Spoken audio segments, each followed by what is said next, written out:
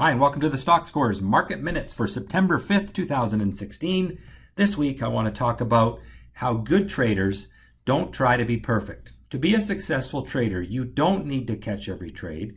You don't need to enter at the perfect point or exit at the ideal point. Instead, good traders focus on avoiding mistakes, staying focused, not fighting the market, avoiding fear and greed and all of those emotions that come into the equation when we're making decisions. If you try to be perfect, if you try to do everything absolutely according to your rules of your strategy and not miss a single trade and not miss out on every winner, chances are you're going to blow yourself up because you end up having this fear of missing out and taking trades that actually don't end up being great. So be fussy, wait for the good trades to come along, and avoid this need to be perfect. All right, let's get into this week's analysis. Starting off the 30-day 60-minute chart of the S&P 500 ETF, SPY. You can see the sideways trend there. We've had a broadening of the pattern over the last couple of weeks. That means uncertainty is increasing. I think a lot of that uncertainty came from the prospect of an interest rate raise in September, which I think would be the potential catalyst for a correction. Not necessarily a big one, but certainly a correction nonetheless. Well, on Friday, the market got the employment number. It wasn't as expected. It was less than expected in terms of the number of jobs created. We know that the Fed is very focused on the economic numbers, and so the market gapped up on Friday as investors basically said, we don't think the Fed will raise rates in September. I believe the market had predicted about a 25% chance of Fed interest rate raise in September. After that jobs number came out, that dropped to about 12%. So it gives you an idea of how important these numbers are.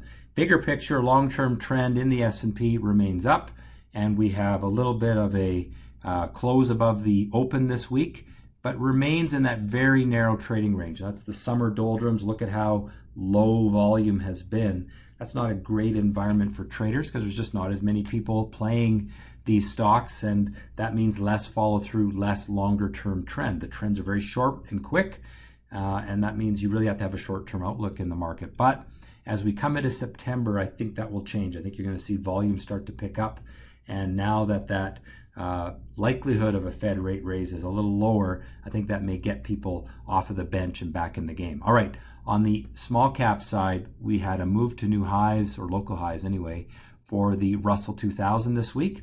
This is the nice strong upward trend. Again, not a lot of volatility, but unlike the S&P, which has been going sideways, the small caps have actually been slowly ticking higher. And I think that they're just trying to play catch up to the S&P 500, which of course is at more or less at highs, while the IWM has not broken through those highs from last summer. On the Canadian market side, that caused a little jump up again in Canada when that jobs number came out. Of course, I would say Canada much more sensitive to an interest rate raise, because if interest rates go up in the US, that means commodity prices probably get hurt somewhat, oil and gold.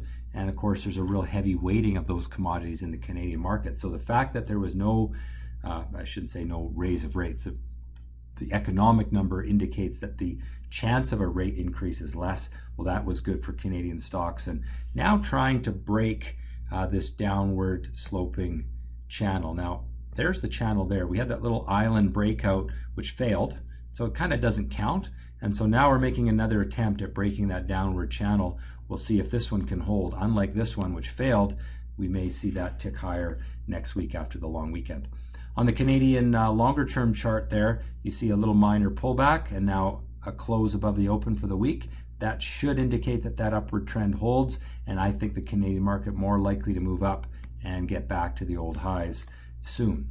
On the TSX Venture, there you can see the effect of the gold price rally, which, I mean, gold had been kind of getting beat up in anticipation, I suppose, of a possible rate increase. Again, lower probability of that. Gold jumped up at the end of the week. Oil also got a little bit of a bid back, and that causes the TSX Venture market to break this flag pattern. So there you've got an upward trend, breaks off of the downward, or pardon me, the upward trend line, now breaking the flag.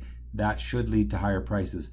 Until we get a break through one of these rising bottoms that has occurred, You can stay optimistic on this market. I think it's risky, but it does look like it wants to go higher. So stay long the TSX Venture until you get a breakdown through that support price at whatever the current inflection point is.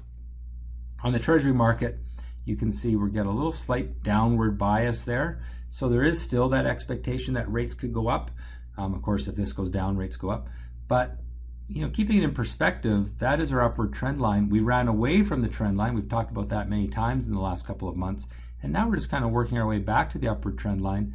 This may very well resolve with a bounce off of the trend line, a continuation higher, which means interest rates stay low, which is a real positive for equities, at least large cap dividend paying stocks in particular. US dollar, a little bit of a jump on Friday because of that, or for the week rather, because of that jobs number. Until it breaks through here, I'm not going to get too optimistic. Until it breaks down through there, I'm not going to get too pessimistic. It's in a relatively narrow range. I would say remains a slight downward bias because the expectation still is that rates will go up, although of course a rise in rates in the US would be positive for the US dollar. If we get a break of that upward or that downward sloping descending triangle, that would be an indication US dollar wants to go higher. I think it probably just comes up into here and rolls over again. So we'll see how this all plays out in the weeks ahead. But certainly the market taking some expectations out in terms of a rate increase, as I've said many times today. Here's the gold chart, and there is our upward trend line. And I've said this many times in many places. When prices run away from trend lines, they come back. They run away, they come back. And gold has now come back to the upward trend line.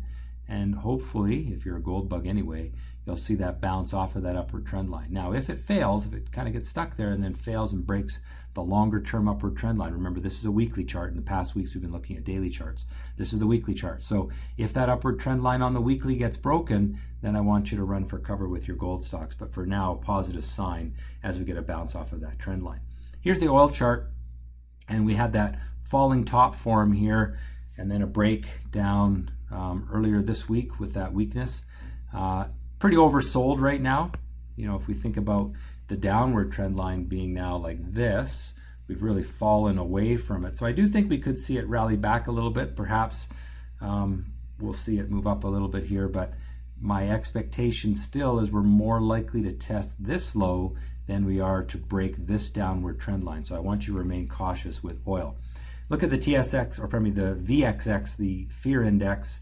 Real big gap down. All of the risk of a correction was gone with that one economic number. We'll see if that holds, but certainly the market had been putting this in a sideways range for a long time. It wasn't even really suffering the decay that it normally suffers. And after that jobs number, the market said, hey, correction's kind of off the table. We don't think rates are going higher. And of course, the VIX got hammered on that. And so I want you to stay clear of this for now. So my outlook then, US stocks, bullish long-term. Neutral short-term, bullish long-term on the Canadian market, bearish short-term. It is still in that downward sloping channel. One good day would upgrade this from bearish to at least neutral, so that could happen on Tuesday. Gold, bullish long-term, neutral short-term. It's bouncing off of the upward trend line. Let's see if it does that before I put my bullish rating short-term back on. Oil, neutral long-term, bearish short-term. It's a bit oversold, so you might see a few days of a bounce, but I want you to still be cautious with oil and oil stocks. The week job number on Friday lowered expectations for the most important factor to markets, whether interest rates in the U.S. will rise soon. Market's still a bit fragile as investors will focus on Q3 earnings coming up. That tends to be weak, tends to be a weak season for the market, so I don't want you to get too overzealous, but the long-term trends do remain up. Fear is low. Oil oversold, looks for a bounce. Gold should bounce off of the upward trend line. Now, trade of the week. This is a new feature that I've added, and I want to highlight different trades, different strategies with this particular segment of the Market Minutes. This is a stock that I featured in my weekly newsletter, or pardon me, my daily newsletter, which is available at tradescores.com. And I featured it back here. This is a 30-day, 60-minute chart. So back on the 17th of August, it was a feature, an action candle. For those of you that have taken my course, you will know what action candles are. And, kind of went into a pennant pattern as volatility compressed. And then this week, we had a break from that pennant pattern. That's another buy signal. And again, it was an action candle as well. And we've been ticking higher since. Looks to me like this stock wants to continue higher. Certainly more risky to enter it now than when I picked it up back in the middle of August, but still I think it has good potential to move higher. This one has played out quite nicely for those who picked it up. All right, well, that has been the Stock Scores Market Minutes. If you like the video, please click on the like button. If you really like what I do, please subscribe so you get instant updates. And if you have any comments, I read them all. Happy to look at them and answer those as it is appropriate. Have a great week in the market and trade well.